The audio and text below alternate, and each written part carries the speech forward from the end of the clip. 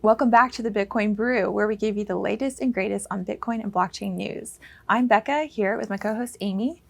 This programming is in association with the Texas Blockchain Council, a nonprofit working to make Texas the jurisdiction of choice for Bitcoin and blockchain technology. If you like us, even just a little bit, go ahead and give us a like and subscribe. We would really appreciate it. This week in the market, the Federal Reserve hiked interest rates another 75 basis points. When the Federal Reserve increases rates like this, it affects all markets in the economy. Bitcoin is slowly making the trek upwards, though. This is really good news for us. It's up almost 6%, holding strong. Today, we will be discussing an innovative mining operation called Vespene. I'm very excited to hear more about that. Texas adding a clause regarding digital asset to the state constitution, FTX being considered the bank of last resort, and Coinbase's legal woes.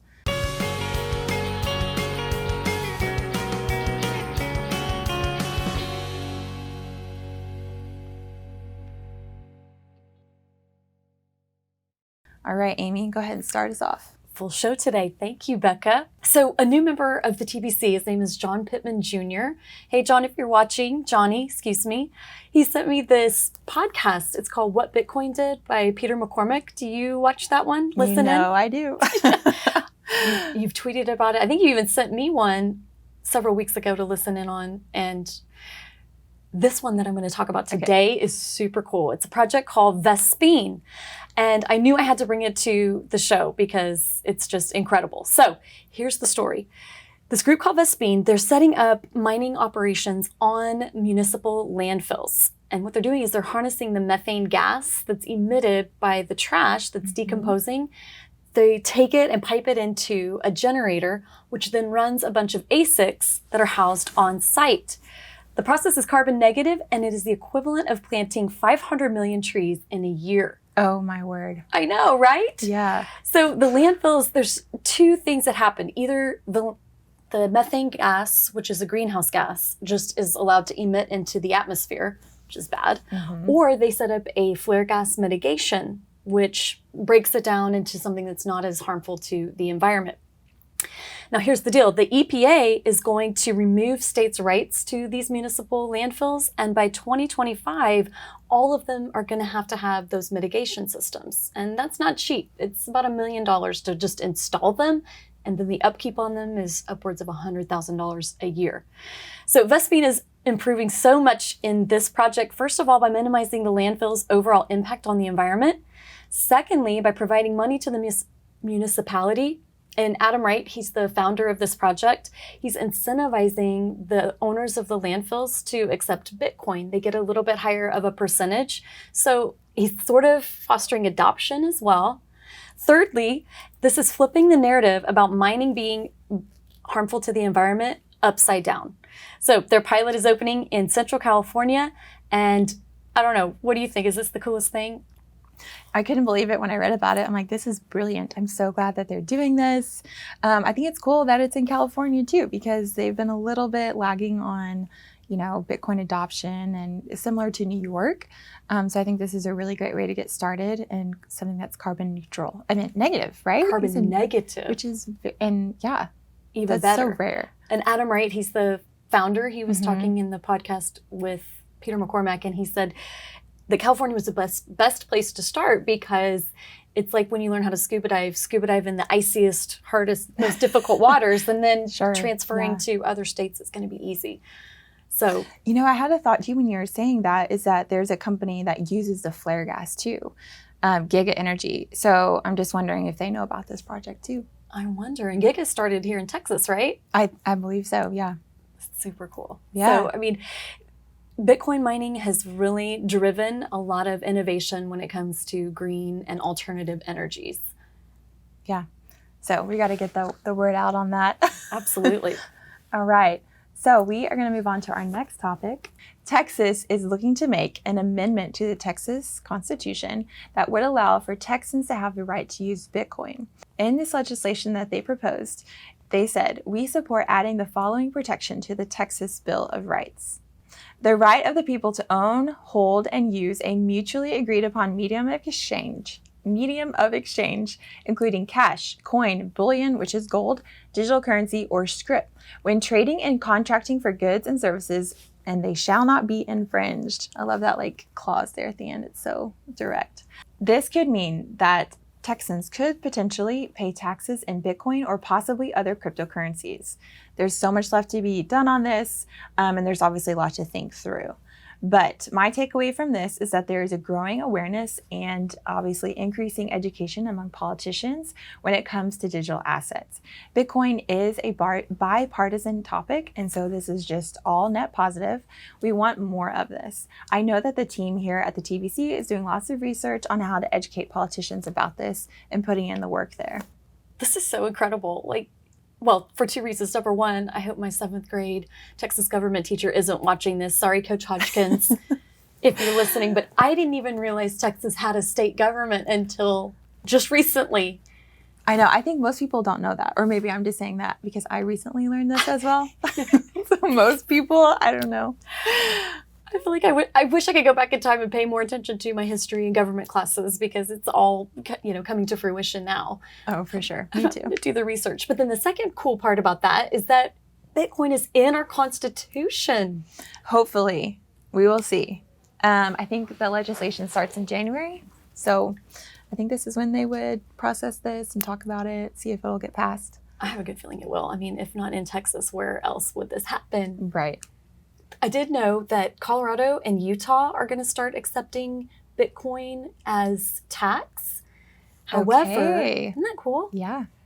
They don't plan to keep it on their balance book, though. They will flip it. They'll exchange it into fiat. Okay. I know with the Fort Worth miners, the ones that were donated by the TBC, I think that might be another way to kind of get Bitcoin on the balance sheet to see that it is profitable, and especially if the miners are donated. So I'm wondering if maybe it starts with paying taxes and then gets to mining or vice versa or something like that. That's a super good idea. And then we just are slowly rolling towards that mass adoption that we're both wishing for. Of course. Very cool. I want to talk to you about Sam Bankman-Fried, SBF, as they call him, as you call him. Sam Bankman-Fried, he is being heralded as the white knight of the crypto exchanges. He's coming in, swooping him up at breakneck speed, and he is working to acquire Voyager, and they were going through some, negotiations last week. But he's already acquired BlockFi, Embed, Bitro, Liquid, and as we said, right before Voyager filed for bankruptcy, he proposed an offer to them that they deemed lowball. SBF wants to put the power in the shareholders' hands versus the courts to allow the companies to restructure and try to stay afloat. The bankruptcy is just a whole bag of worms that customers lose money, the time frame becomes enormous, and as the market fluctuates, the customer would get the lowest valuation of their crypto asset, which just stinks. So he claims he's doing it he's not doing it to profit. He's looking to help out the customers. But to play devil's advocate here, he is sort of monopolizing the market right now. And as we know, centralization is sort of a 4-letter word in this space. So last thing I want to say, hot off the press today, I saw FTX has extended an offer to Bithumb out of Korea. So I think Liquid, one of the ones we mentioned just a moment ago, they're also Korean. So he's already getting sort of some momentum in the Asian markets. Interesting. I think it's, pros and cons. Obviously, we don't want it to be centralized, but if he hadn't have been able to step in and purchase some of these, it would have hurt the market even more just across the board. So I think it's good. I don't know a ton about him as a person and what his motivations are. I think it's hard to completely eliminate just human greed, but he doesn't come across as somebody that's like that. I think he genuinely is wanting to help, but like I said, I have never met him. I don't really know much about him.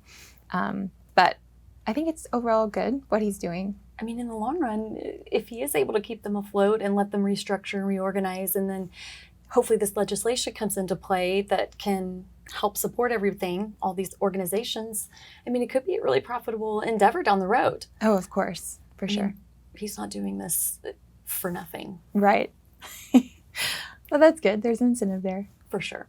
Yes. Yeah. So Oh, there is some policy that's being hammered out as we speak to protect investors. And Becca, you were going to talk to that. Yes. So here we go again, talking about the SEC and cryptocurrency, although they're just doing their job. On Tuesday, the SEC announced that they are investigating whether or not Coinbase listed cryptocurrencies that are actually securities. I mean, we haven't heard this before, right?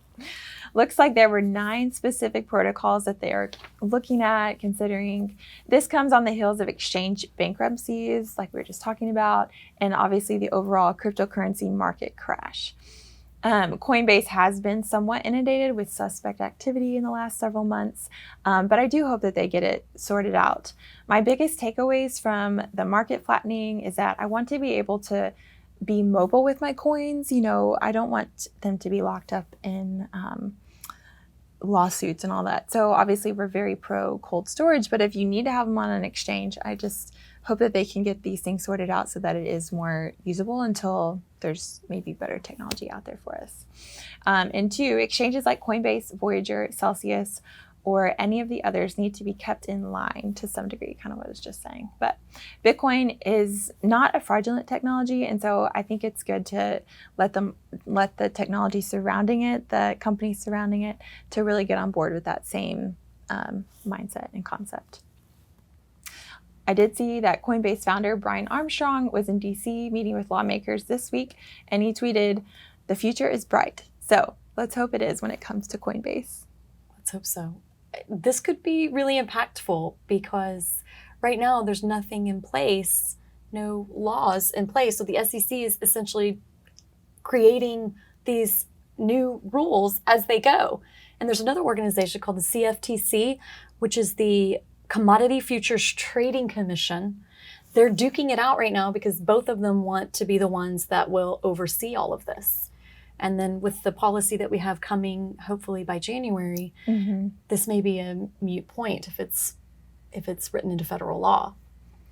It's going to be just super interesting.